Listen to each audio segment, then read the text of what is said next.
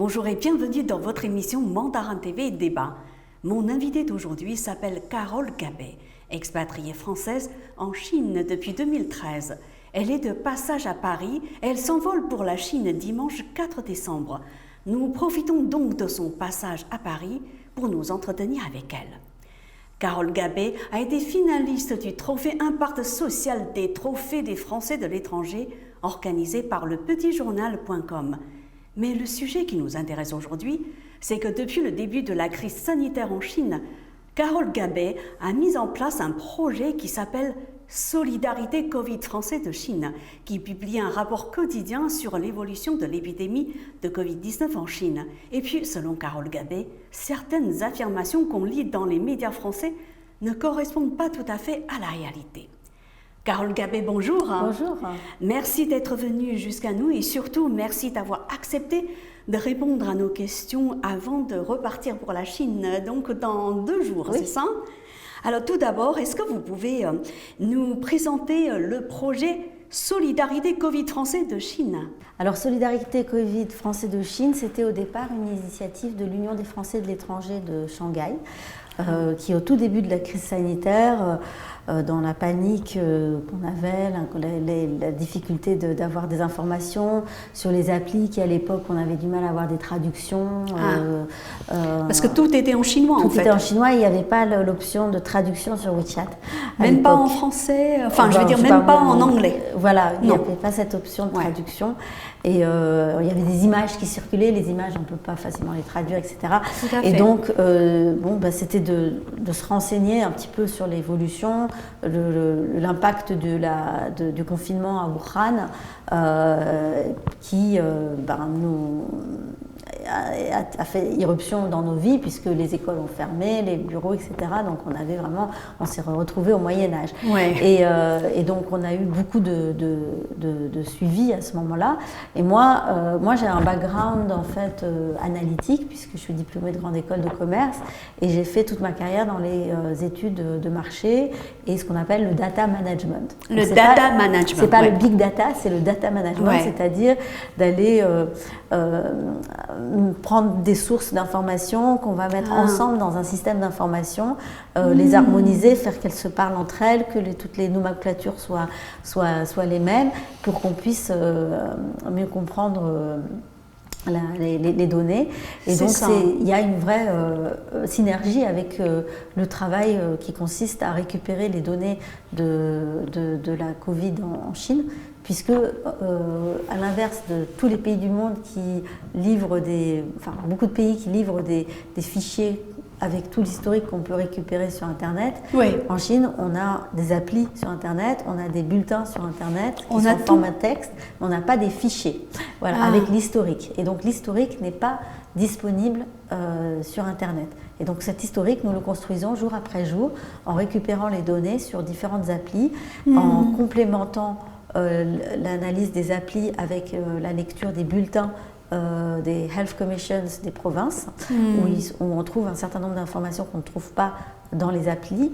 Et donc on monte tout ça dans des bases de données, dans des tables qui durent depuis 2020, qui existent depuis 2020, et qui permettent d'avoir une lecture éclairée de l'épidémie, puisqu'on a tout l'historique, donc on peut faire ce qu'on appelle des benchmarks d'une ville à l'autre, d'un moment, d'un point d'inflexion à l'autre, d'un cluster à l'autre, puisqu'on a aussi jusqu'à récemment suivi en fait les chaînes de transmission qu'on appelle les clusters, et également ce qui intéresse beaucoup les expatriés jusqu'à récemment, puisqu'on a levé complètement le fameux circuit breaker, mais les cas importés, d'où ils viennent, les suspensions de vol, etc., et tout le suivi des arrivées internationales.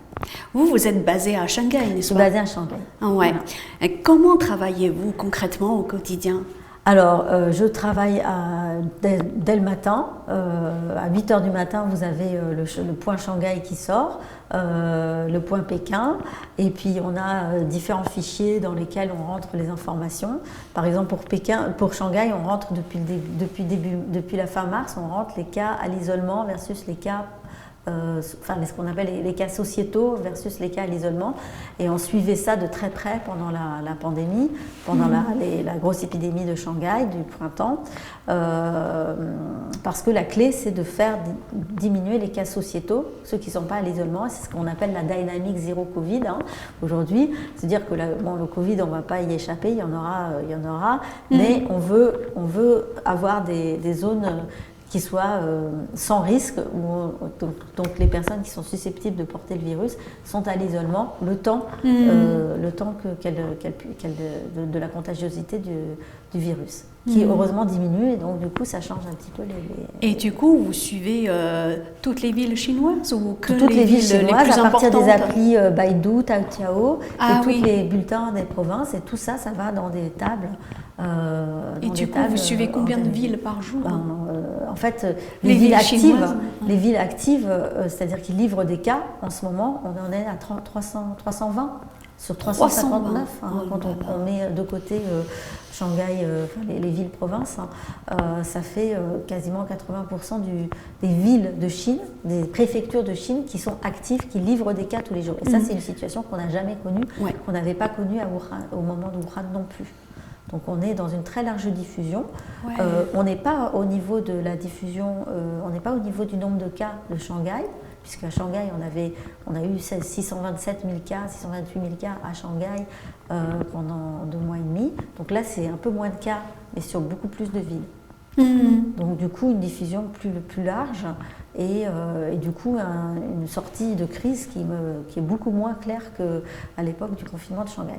D'où les récents ajustements qu'il y a eu, le fait que dans certaines villes on va laisser les Shijiazhuang, Shijiazhuang près de Pékin, n'est-ce pas? Ils ont baissé la voilure sur les tests, etc. pour qu'on puisse continuer à vivre, parce qu'on ne va pas s'en sortir rapidement. À l'époque du confinement de Shanghai, toute la Chine s'était mobilisée pour rester à Shanghai, pour que les gens puissent rester chez eux. C'est ça. Et ne pas sortir du tout de chez eux, parce que c'est la seule façon d'éviter la circulation du virus.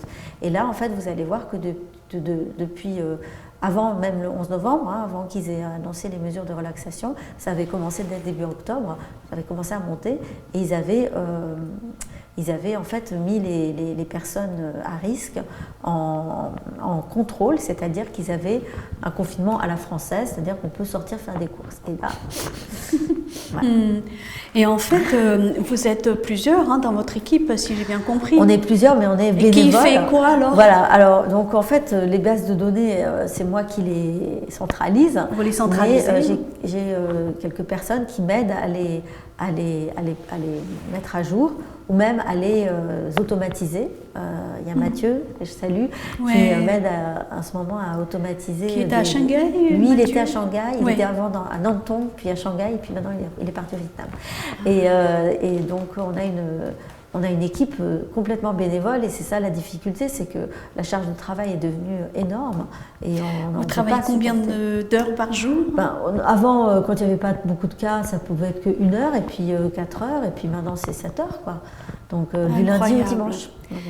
Et donc votre travail consiste à d'abord collecter les données, les sources. Voilà, structurer les bases de données, et puis en faire quelques outputs, quelques analyses qui sont totalement inédites, que personne d'autre n'a, puisqu'on est les seuls à avoir tout cet historique par ville. Et aussi sur les cas importés, on a tout un historique par provenance, les suspensions, etc. On peut faire plein d'analyses intéressantes. Et tout ça en français? Alors on le fait en français, les tableaux sont en anglais, pour que ça puisse être diffusé ailleurs. Le point quotidien est en anglais, parce que le gros, comme ça c'est une initiative de l'Union des Français de l'étranger, le gros des followers est francophone, mais on en a quelques-uns qui ne sont pas francophones qui suivent quand même, on a même des Chinois. Et puis on fait des articles assez régulièrement dans le Petit Journal, pour un petit peu faire le point, formuler notre pensée, donner des explications approfondies. Et certains des articles sont traduits aussi en anglais sur mon compte LinkedIn, et tout ça est sur le site solidaritécovid.com, tout attaché.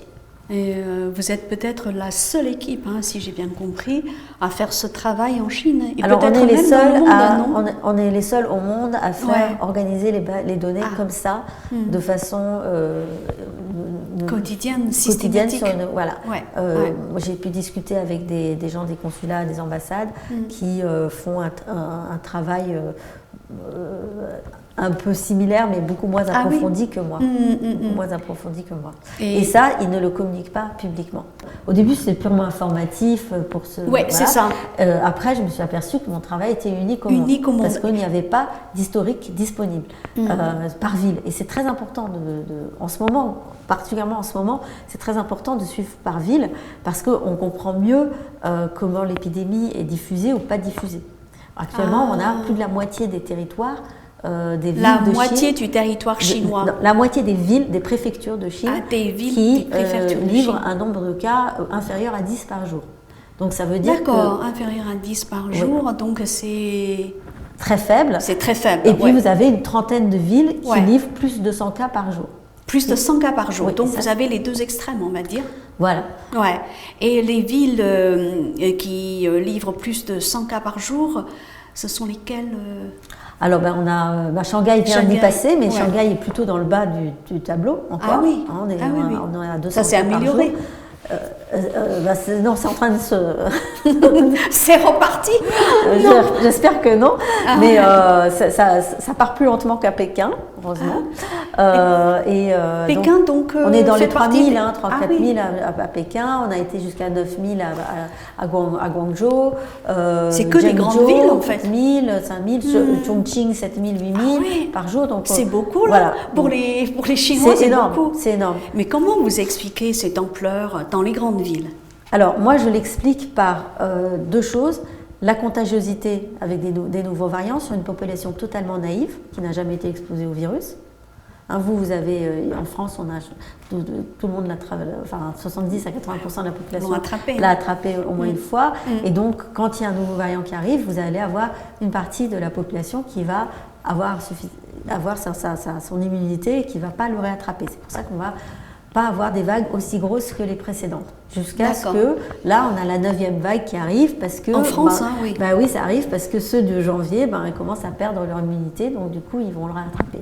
Voilà. Donc, c'est une mécanique, en fait, complètement différente. C'est une dynamique complètement différente d'être en stratégie zéro Covid, ou dynamique zéro Covid, whatever, mais avec des dépistages permanents, avec des quarantaines et des mises à l'isolement dès qu'il y a des risques. C'est complètement différent. Il n'y a pas d'effet de saison en Chine. Voilà. Ça n'a rien à voir. Là, vous êtes en train de parler de la politique zéro Covid. Hein. En fait, cette politique-là, elle n'est pas comprise en Occident. Elle est pas alors comprise. Que vous la comprenez. Elle n'est pas comprise d'abord parce que il y a le poids de Wuhan, etc., où c'était le début, et puis voilà. Bon, donc il y a cette image-là qui traîne, et puis après il y a en fait cette organisation des données qui est très morcelée. Ce fait qu'on n'a pas d'historique facilement analysable, ce fait qu'on ne cumule pas les asymptomatiques et les confirmés, très rarement. Et on ne déduit pas les asymptomatiques qui deviennent confirmés du total des cas. En règle générale, certaines provinces le font dans leurs bulletins. Hainan, par exemple, ils le font. Mais chaque province a sa façon de présenter les données. Il faudrait un code pour chaque bulletin. Et encore, ça s'en change du jour au lendemain. Un jour, on vous donne les provenances des cas importés, un jour, on ne vous les donne pas. Un jour, on vous donne les Xi'an et les Chu, les districts où il y a des cas. Un jour, on ne vous les donne pas. Donc, vous ne pouvez pas harmoniser tout ça. Alors, je fais ce travail d'harmonisation manuellement. Donc, on essaie d'automatiser au maximum la collecte des données qu'il y a sur l'appli, sur Baidu. On utilise Baidu, un peu Taitao. Mais après, on complète avec les données qu'on ne trouve pas sur Baidu, avec les données des bulletins des provinces. Mais du coup, en fait, les sources d'informations que vous avez, vous êtes certaine qu'elles sont fiables? Ce n'est que les bulletins des provinces. Ça veut dire quoi, les bulletins des bulletins des provinces ou les bulletins des villes, c'est-à-dire les bulletins des Health Commission. Ce ne sont que des sources officielles. D'accord. Donc, c'est censé être... Donc, censé être fiable. Aucun chiffre, je ne colporte pas de rumeurs. Bien sûr. Je les vois passer, voilà. Je vois le désespoir, le désarroi des gens, etc. Je suis très sensible. J'en suis très sensible. Émotionnel, Voilà, c'est émotionnel, mais en fait, ce que les gens apprécient, c'est que, on met l'émotion de côté et on essaie de comprendre et de se dire où est-ce qu'on va. Et actuellement, j'essaye de leur montrer, par exemple, qu'à Shanghai, on a mis 6 ou 7 jours à passer de 100 à 200 cas, alors qu'à Pékin, on avait mis 2 jours. Ah oui. Toutes ces villes-là, on est testé très... C'est très factuel, en fait. Toutes ces villes-là, on est testé très régulièrement. Donc ça protège. J'ai écrit un article cet été qui s'appelait « Le rat des villes et le rat des champs » pour expliquer que quand on est des villes où on avait le dépistage normalisé, on était quand même protégé parce que dès qu'il y avait un outbreak, c'était rapidement contenu. Je crois qu'à Pékin, ça s'est passé, il y a eu des personnes âgées, il y a d'ailleurs eu 4 morts alors qu'on n'a pas du tout atteint un nombre de cas aussi important qu'à Shanghai au printemps. Et parce qu'il y a peut-être eu des contaminations dans des endroits où il y avait des personnes âgées qui ne se testent pas souvent parce qu'elles ne sont pas très mobiles et elles ne vont pas prendre le métro, elles ne vont pas aller dans les malls. Donc elles n'ont pas besoin de se tester aussi souvent, les personnes qui ne sortent pas beaucoup. Alors on dit en France que les vaccins chinois ne sont pas efficaces. Que savez-vous sur ces vaccins-là, Carole? Alors moi je ne suis pas médecin mais je regarde les faits et en fait quand il y a eu donc ce qui s'est passé avec les vaccins chinois, ils ont été largement diffusés, mais beaucoup de pays ont après enchaîné sur les vaccins AstraZeneca et Pfizer. Et donc le seul territoire où on avait des personnes qui n'étaient vaccinées qu'avec des vaccins chinois, c'était Hong Kong et la Chine. Et donc quand la vague a déferlé à Hong Kong, j'ai dit au moins il y a une chose qu'on va voir, c'est que on va pouvoir mesurer vraiment l'efficacité en live des vaccins chinois, puisqu'on aura une proportion non négligeable de la population qui aura été vaccinée avec des vaccins chinois. Et précisément, on n'avait que 40% des personnes âgées qui avaient été vaccinées. 40% des personnes âgées, 22% en maison de retraite seulement, à Hong Kong en janvier. Donc c'est d'où la catastrophe qu'il y a eu à Hong Kong en janvier avec 9000 morts. Enfin, de janvier à mars. Pourquoi si peu de personnes âgées vaccinées? Parce qu'il y avait zéro Covid à Hong Kong et tout allait bien et qu'ils ne voyaient pas du tout l'urgence d'aller se faire vacciner. Voilà. Et donc, on a pu constater, donc moi j'ai dit à ce moment-là, on va pouvoir voir l'efficacité. C'est ça. Et là, on a constaté qu'il y avait une énorme vague, une saturation hospitalière énorme. Et donc, on a eu, sur les morts, on a eu 27% qui étaient vaccinés. 27% des morts qui étaient vaccinés. Ah oui, quand même. Donc quand même, il y avait un effet de la vaccination qui protégeait contre les morts, puisqu'on n'avait qu'un quart des morts qui étaient vaccinés. Et ensuite, phase suivante, donc moi j'ai fait des calculs de taux de létalité, c'est-à-dire nombre de morts sur le nombre de cas, par schéma vaccinal, puisque Hong Kong publie ces données-là, entre janvier et avril, et puis depuis avril, de avril à octobre. Et on constate que et on l'a par tranche d'âge et par schéma vaccinal, c'est-à-dire les personnes qui oui, c'est très précis ce que vous faites. Hein. Ah, oui. Non, c'est pas moi qui le fais, c'est le ministère de la Santé de Hong Kong qui le fait. Oui, d'accord. Vous l'analysez. Par contre, eux, ils publient ces taux de létalité en cumulé sur toute l'année 2022. Et moi, je l'ai divisé par phase. La phase de saturation et la phase post-saturation. Et en post-saturation, on a un taux de létalité des non-vaccinés qui a été divisé par 3. Donc on voit bien que cette mesure de l'efficacité par rapport au décès, ça va dépendre énormément de la circulation du virus au moment et de la pression hospitalière au moment-là.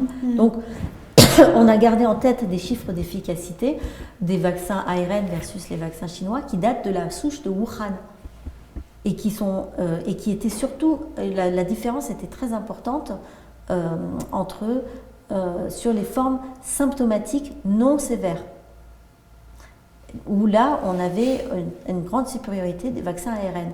Mais cette différence-là... Vaccin ARN sur les vaccins chinois. Mais sur les décès et sur les formes sévères, il y avait très peu de différence. Et donc, après, avec Omicron, cette supériorité des vaccins ARN a disparu excusez-moi, sur les formes non sévères, puisque, de toute façon, même si on était vacciné, on l'attrapait. Même si on était vacciné Pfizer plein de fois, on l'attrapait quand même. Oui, d'accord.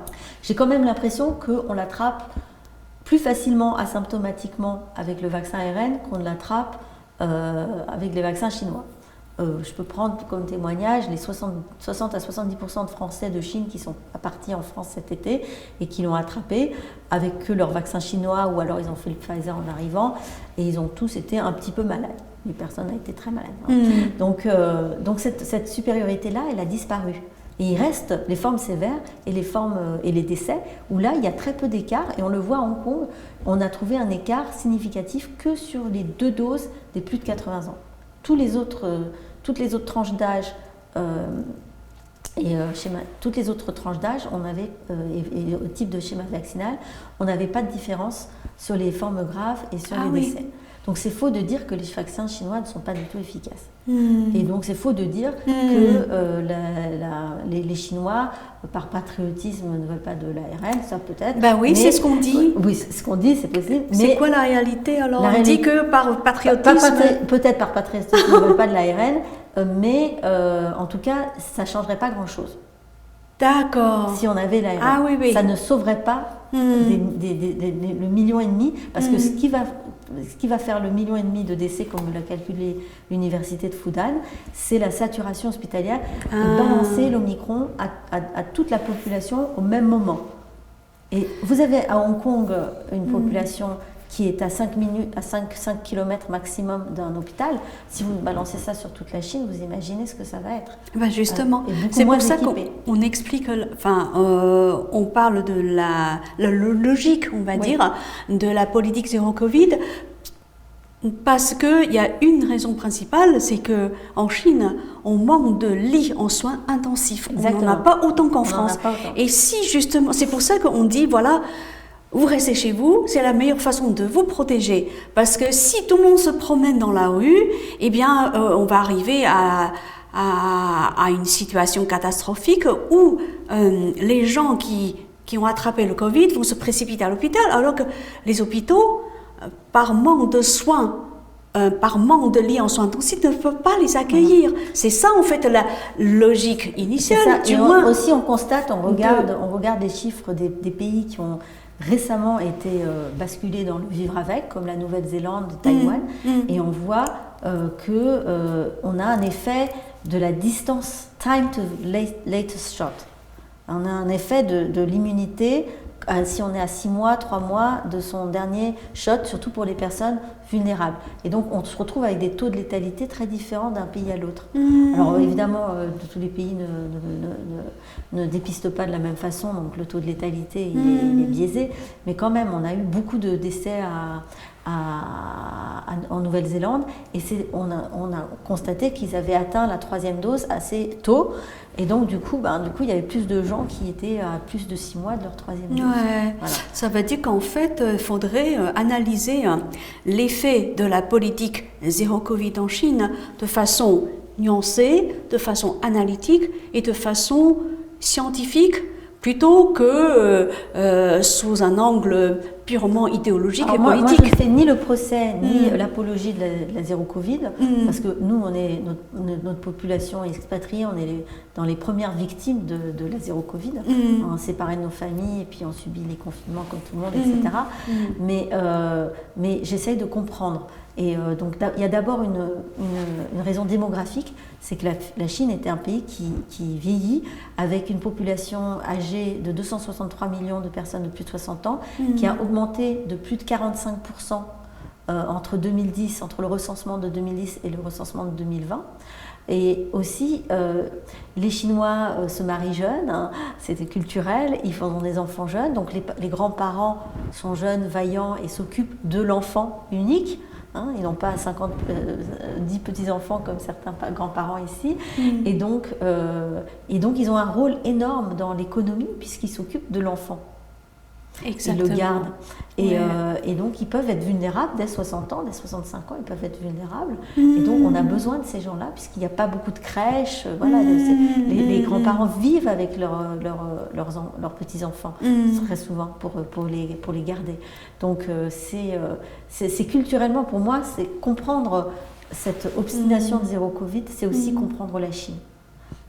C'est un fait de sinologie, je crois. Donc, Carole, voilà. vous vivez en Chine depuis 2013, Oui. donc ça fera bientôt 10 ans que vous êtes expatriée en Chine. Et comment faites-vous pour justement bien comprendre la réalité chinoise? Voilà, c'est parce que vous sortez beaucoup, vous discutez avec eux, vous lisez beaucoup les journaux, vous vous informez. Comment faites-vous pour comprendre avec autant de finesse? Je ne parle pas et je ne lis pas le chinois, mais évidemment, depuis que je travaille sur ce projet, j'essaye de comprendre. Et puis, je passe en revue toutes les villes, les provinces, je les connais par cœur, hein, donc en chinois presque. Donc voilà, j'ai une bonne connaissance géographique de la Chine, et puis culturellement, voilà, je la comprends comme ça. Puis ça a toujours été mon métier de faire des recherches aussi, ce qu'on appelle du desk research, sur des données publiques, démographiques, économiques, pour comprendre, pour faire quand je faisais des prévisions de vente sur les lames de rasoir, voilà, il y avait des effets, des éléments culturels. Tout à fait. Parce qu'en fait, derrière les chiffres se cache une réalité humaine. Oui. Et c'est ça que vous essayez de comprendre. Oui. Oui. Alors, Carole, on dit aussi en France que la Chambre de commerce a fait appel pour arrêter la politique zéro Covid. Et c'est exact? Alors, j'ai entendu ça dans une émission, et en fait, juste avant, En France? J'avais entendu ça dans une émission il y a quelques jours. Ouais. Et en fait, je me suis renseignée sur le texte exact qui avait été publié. D'accord. Et c'était en fait un appel à bien appliquer les mesures qui avaient été annoncées le 11 novembre, les fameuses 20 mesures. Donc c'était pas du tout les 20 arrêt, mesures, c'est ça. Et en fait, ce qui se passe, c'est qu'ils ont édité... Ils ont fait un amalgame, parce que ça n'a rien à voir. Ben oui, c'est ce qui se passe souvent, quoi. C'est ce qui se passe souvent. Donc cette histoire de vaccin pas efficace, pour moi, c'est une méprise, c'est une mauvaise connaissance de la chronologie c'est dangereux quand même. Enfin, je veux dire, il faut dire les choses de façon exacte. Oui. Pour bien informer. Pour moi, c'est pas une question. La vaccination n'est pas le sujet principal de la raison pour laquelle on maintient la Covid. On maintient ou pas la zéro Covid. Et actuellement, il y a des changements qui se passent, parce que c'est vrai qu'on a vu le modèle ça fonctionne plus comme ça fonctionnait en 2021. On ne peut plus enfermer les gens pendant 5 mois, c'est pas possible, parce que ça rebondit sans arrêt. Donc on est obligé d'ajuster, et on commence à dire, ça fait rigoler pas mal de gens, mais ils ont sorti que des scientifiques chinois avaient trouvé qu'Omicron était beaucoup moins pathogène que les précédents. Ah bah quelle nouvelle.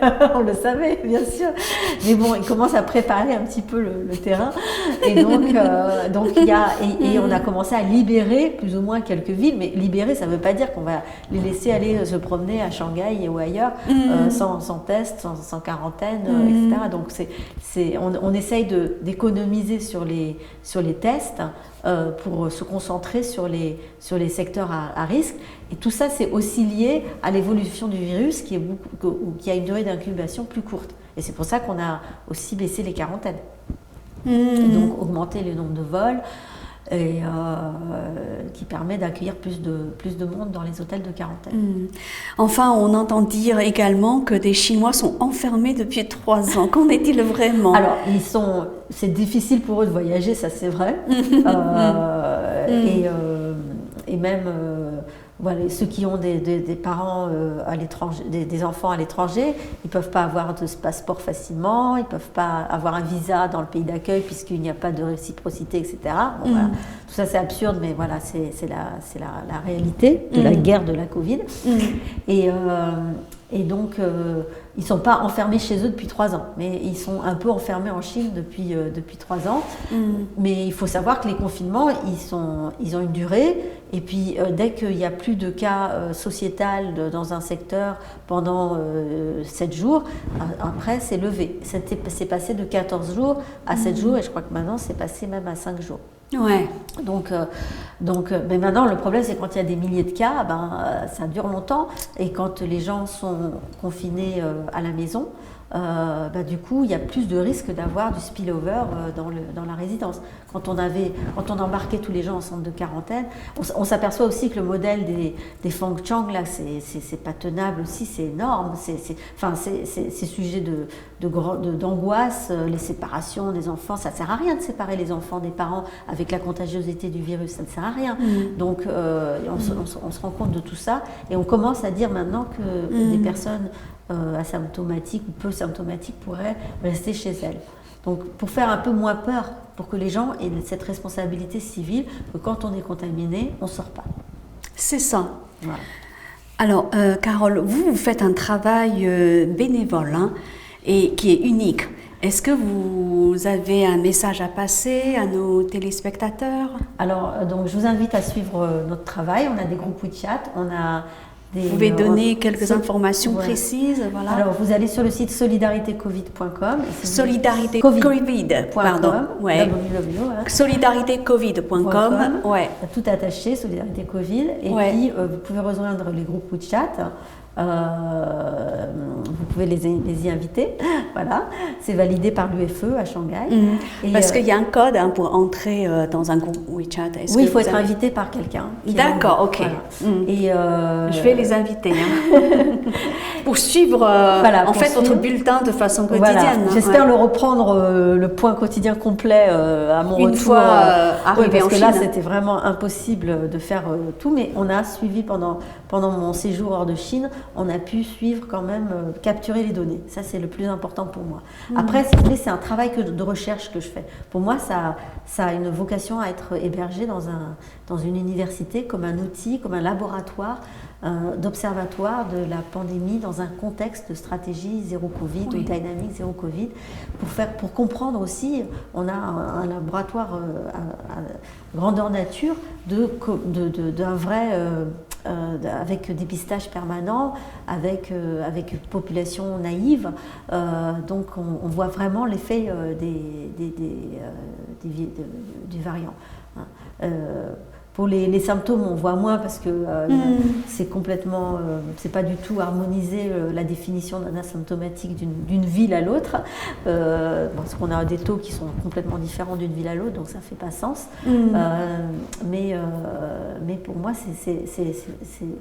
c'est extrêmement intéressant pour la science, pour tous les pays qui sont dans le vivre avec, de comprendre cette dynamique dans un contexte de stratégie zéro Covid. Donc c'est pour ça que moi j'aimerais être reconnue comme une chercheuse, idéalement en Chine, mais apparemment ça coince parce que les Chinois ne veulent pas collaborer avec des étrangers sur un sujet sensible, sur ce sujet sensible de la zéro Covid, de la Covid. Et peut-être que ça va changer. Ça pourrait changer j'aimerais avoir en fait une collaboration universitaire conjointe entre une université étrangère et une université chinoise. Idéalement, c'est ça que je voudrais. Et pour que je puisse avoir une vraie équipe qui soit rémunérée pour faire ce travail de chien. C'est ça, parce que vous travaillez de façon bénévole. Voilà, de faire ce travail de chien que je fais tous les jours et puis que je puisse respirer. Comment on peut vous soutenir financièrement, par exemple? Il faudrait en fait... alors, on peut m'aider. Il y a une cagnotte Litchi, il y a des... elle se trouve où, la cagnotte Elle se trouve dans le site internet solidaritécovid.com. Il y a une page soutenez le projet. D'accord. Et puis il y a mais idéalement, tout ce que vous pouvez donner, ça ne va pas pérenniser le projet, mais ça va nous encourager. Et aussi pour les bénévoles, parce que les bénévoles qui m'aident, si on n'a absolument rien, même pas un merci, il y a un moment, c'est fatigant. J'ai demandé une allocation au ministère des Affaires étrangères, et on me l'a refusé. Donc, bon, c'est... Ministère français oui. Et pourquoi ? Des critères. Des critères. Mais donc, c'est parce que ma vocation, c'est être reconnue comme un chercheur, comme un vrai projet de recherche. Mais j'ai beaucoup de bienveillance de la part des universitaires que j'arrive à joindre et qui s'intéressent à mon travail. Il y a beaucoup de bienveillance. Maintenant, pour arriver avec un produit, un vrai package qui puisse me convenir, que je puisse avoir une équipe de 3 personnes, sinophones de préférence, qui m'aident à faire le travail quotidien, que je puisse aussi après moi faire plus d'analyse, aller plus loin, projet de faire un article scientifique avec un universitaire aussi en dehors de Chine, mais j'ai absolument pas le temps. Je suis en prod permanente là en ce moment. ce moment, c'est très très difficile de tenir le rythme. Donc voilà, suivez notre travail, soutenez-le, et parlez-en pour que je puisse un jour trouver la formule qui me convienne.